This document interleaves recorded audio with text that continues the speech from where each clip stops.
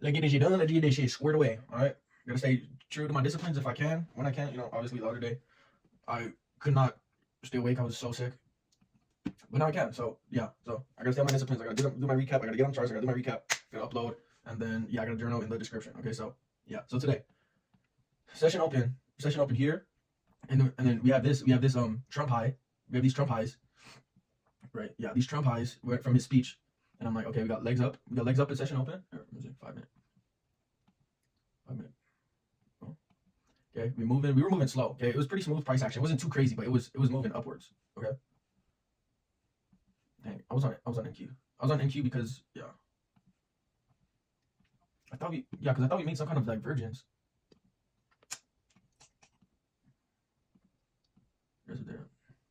Another thing was high time frame fair value gap, because right, I want to be bearish. Right, I've been wanting to be bearish just because the state of the financial market, right? Just order flow, right? High time frame trend, downtrend. We have gaps. Boom, fill the gaps, come back down. Liquidate the people that was here. Come down, and then wait, what the hell, bro? I'm so cooked right now, dude. What? Yeah, I'm cooked, bro. I'm lost. Okay, this is where I was. It was moving out of it. Okay, Trump highs were actually all the way up here. So that's not the draw I was looking at. The draw I was looking at was, let me see. So I removed all the lines, so I fucking lost my train of thought. Okay. 9 a.m. candle, bingo. So we have these highs, London session highs, boom. Okay. Market opens, London session highs, boom. What we got? Here. We got London session highs. What we do? We sweep. Okay. We sweep hourly highs. So what do we wait for? We wait for our hourly retrace. We wait for our our 5-minute retrace. So we sweep, we come down, 5-minute retrace, we got it. Okay. We got this 5-minute retrace, boom. Break a structure. I was following a break of structure there. Okay. Let's get down to the 1 minute.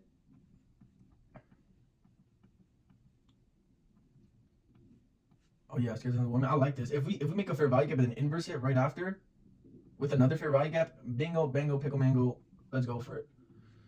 What I did was I was just a little bit too ambitious. I should have just took profits. Honestly, I did take partials here.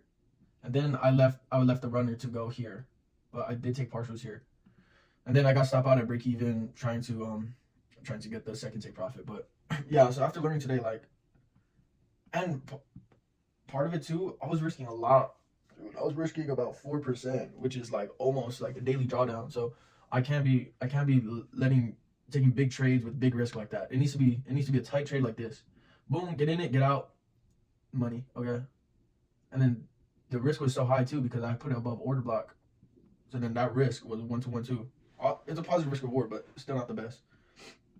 So in hindsight, this would have been the best trade. We got it, but then we just left the runner.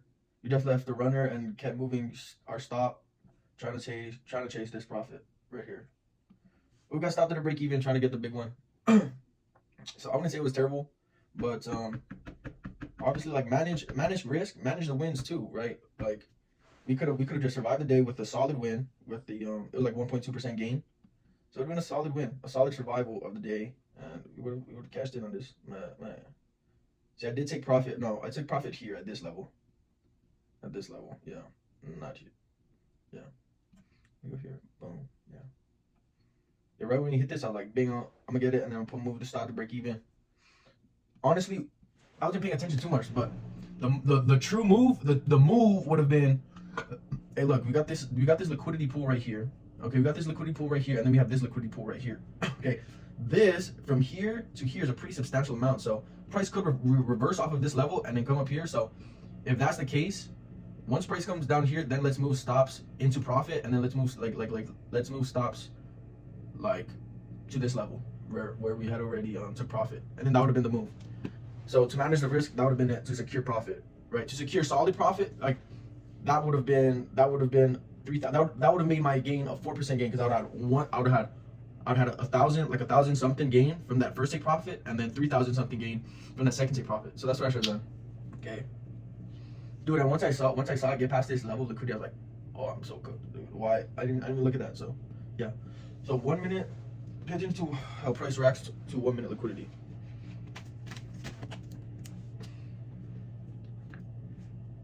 Okay, pay attention. Pay attention to how price reacts to 1 minute liquidity pools and move stops and TP accordingly. I feel like that's a pretty solid rule. I'm gonna ask the GPT about it right now. The good old GPT.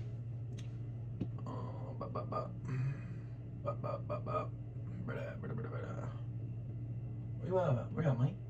Bling on. Is this a good rule?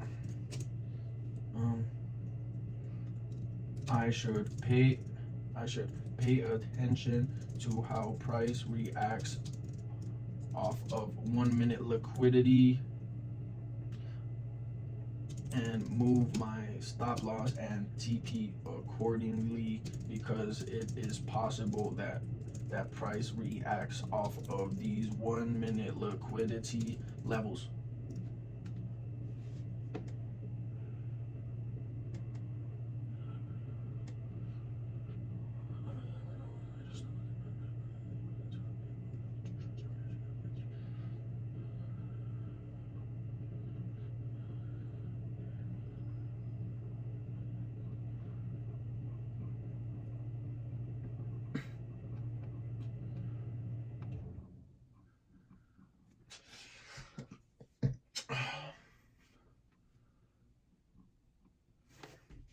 My thing is that I left a runner, but price swept 1 minute liquidity before getting to my runner, which was lows of previous session, was lows of London session, which was lows of London session.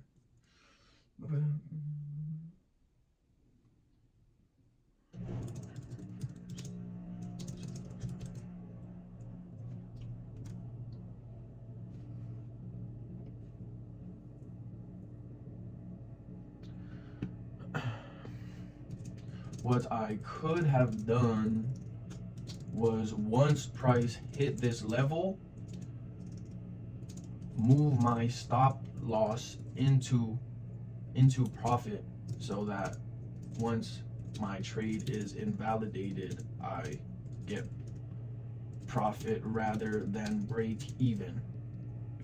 Is this rule specific to this trade only, or can I use it in a lot of trades going forward? Yo, GPT, bro, y'all gotta get on GPT. I'm telling you, GPT teach you everything, bro. You just have a good dialogue with it. First thought, the effect shows negative maturity. You're not just saying price reverse. You're asking, what kind of done to just get it back while respecting structure? That's how funny level straight thing. Let's walk it out real clean. What happened? You cut a clean shot. Let's reverse up hard result. Runner was stopped at break even though you were close to full TP. The rule you're considering: if price hits an internal liquidity level before reaching my final profit, and I see strong rejection, I should move my stop loss into profit to secure the runner. Is that rule trade specific or scalable? Scalable 100%. Here's why. The logic is structure based, not emotional. You weren't moving your stop loss because you're scared. You're responding to price hitting valid internal liquidity, a reversal reaction, a shift in probability of reaching the external target. The type of reactive trailing based on market behavior is pro level adjustment. When to apply this rule going forward: anytime you leave a runner and price hits internal liquidity, you don't see continuation. You just partial. Price is one reaction. Price rejects hard. If a runner has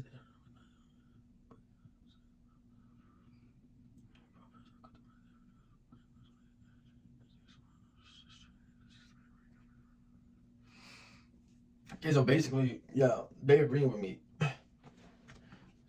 So what I'm gonna ask is, so should we have sorry, let me explain.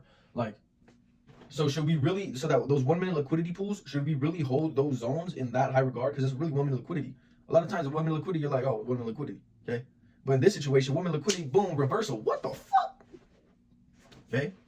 Now being more aware of that going forward, I'll be like, okay, we just swept 1 minute liquidity pool.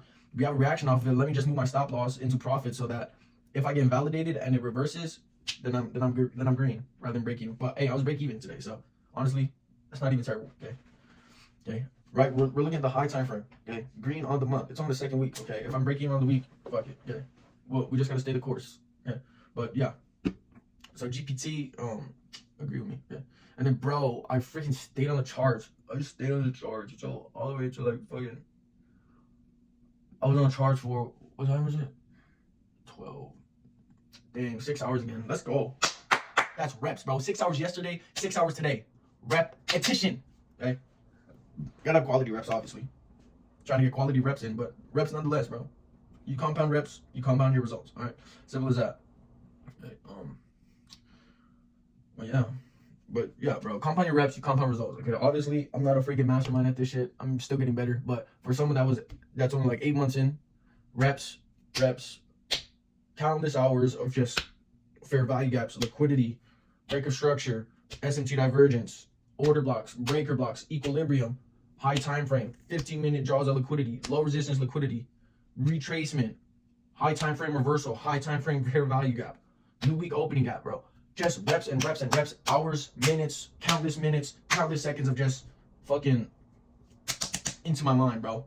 Literally, bro, if like, it's almost like my mind did a naughty thing and went to prison for life, and then he just became like trading's B word, you know, in prison. Like my mind went to prison, and then trading was like, what's up, little, you know, nice little booty over there.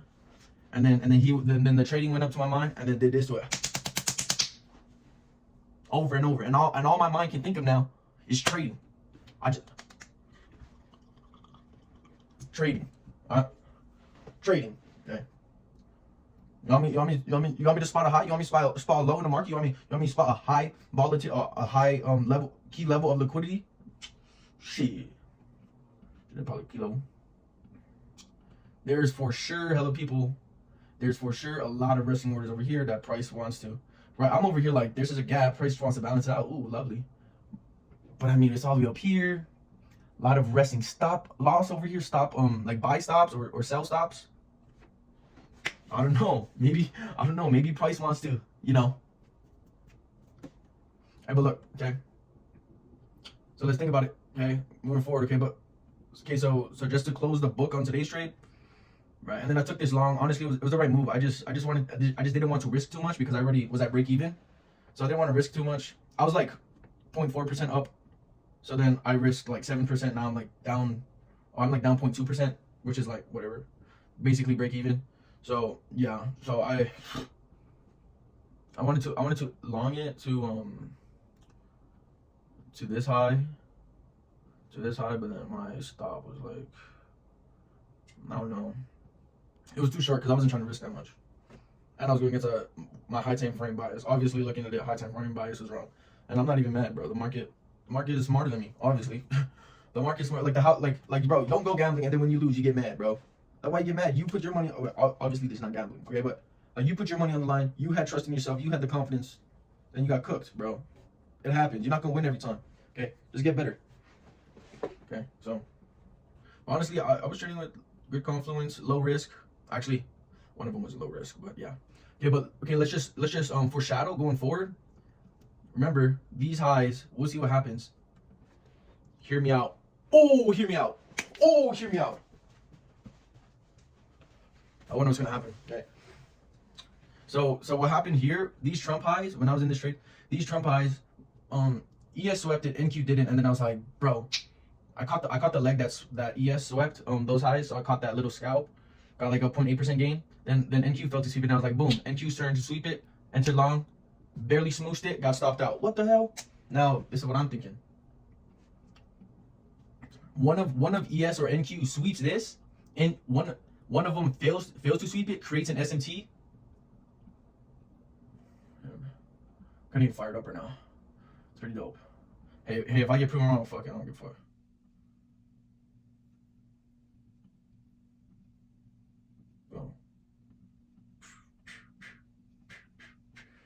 Okay, and that's while ES is gonna be like, say ES was like,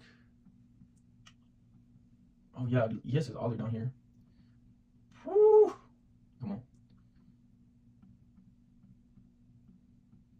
You can't tell me that's not in the possibilities, bro. We create a divergence.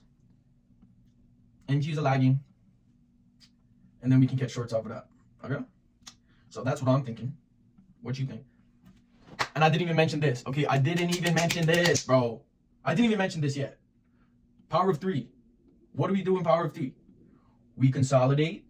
Let's start from here. Consolidate, manipulate, we sweep liquidity, we liquidate these fuckers, and then what? We distribute and get our money, okay?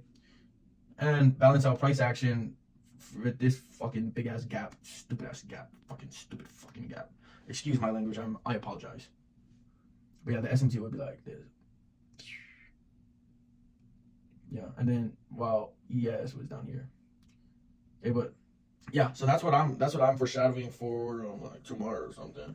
But yeah, so big takeaways like tomorrow or like going forward, I gotta start. I can't be taking these like 2 hour long trades. Like it gotta be like 20 minutes. If by 20 minutes it's like not showing me that it's gonna keep going, then I gotta manage. I gotta close position, bring my stop loss closer, move it to take profit, take partial, something. Okay, but I can't be in these trades for like over an hour because with that also creates higher risk and then higher drawdown and then breaking fundeds and stuff like that. So I got to keep trades 20 minutes. By the 20-minute mark, then I've got to manage the position, close it, move my stop loss, take partials, whatever. Okay, 20 minutes, I got to do something. 2 to 4 trades. No more than 1.5% gain. If we make a profit on like the open session scout, then we add that profit to our next trade. So they say we gain 0.8%, 1.5%, and then add 0.8%. That's 2.3%. So then the next trade, we would possibly put 2.3% on the line, and then yeah. So then that's a rule. What are some other rules?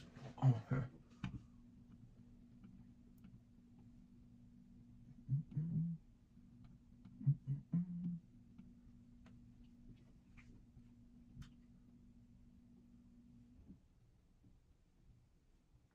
Oh yeah, and then the 1 minute liquidity zones, right? The 1 minute liquidity zones, like you gotta pay attention and move your stop loss and take profits accordingly to those 1 minute liquidity zones because the price could, as you can see, I'm gonna go again just because I feel like it's a big learning moment, right? To see how price reacts to 1 minute liquidity. But you cannot discount 1 minute liquidity. After today's loss, I'm learning. Sorry, I know all these lines are freaking, they fuck up my chart, but sorry, it's too much. It would take too much time to delete all of it. Okay, but dude. Right, 1 minute liquidity. We have to respect 1 minute liquidity because if I respected 1 minute liquidity here, right, boom, move stops lower, and then we can cash out at profit. Okay, but yeah, okay. I mean, look at it, dude. Like, but this right here. But we're right. We're right here. Why don't we just go a couple? Why don't we go a couple ticks lower? Get the yeah, right there. Just a couple ticks lower. No, bro. 1 minute liquidity. Okay, you see it react. And it break structure, yeah, move stops to break even, and we'll take our profits, and then try to get the distribution. We wouldn't have got the distribution, then we would have finished the day with a 4% gain. Okay, but right, that's in hindsight. We're at break even. We're gonna keep moving forward. We're gonna get this shit. Let's fucking go. I'm fucking fired up. I don't know why. I'm just fucking fired up. Like on no bullshit. Like I'm not even trolling, bro. I'm not even fucking trolling. I'm not even taking any caffeine here. I swear, bro. Alright, GGs. I'm uploaded. Hey, GGs. Let's get fucking better today, baby.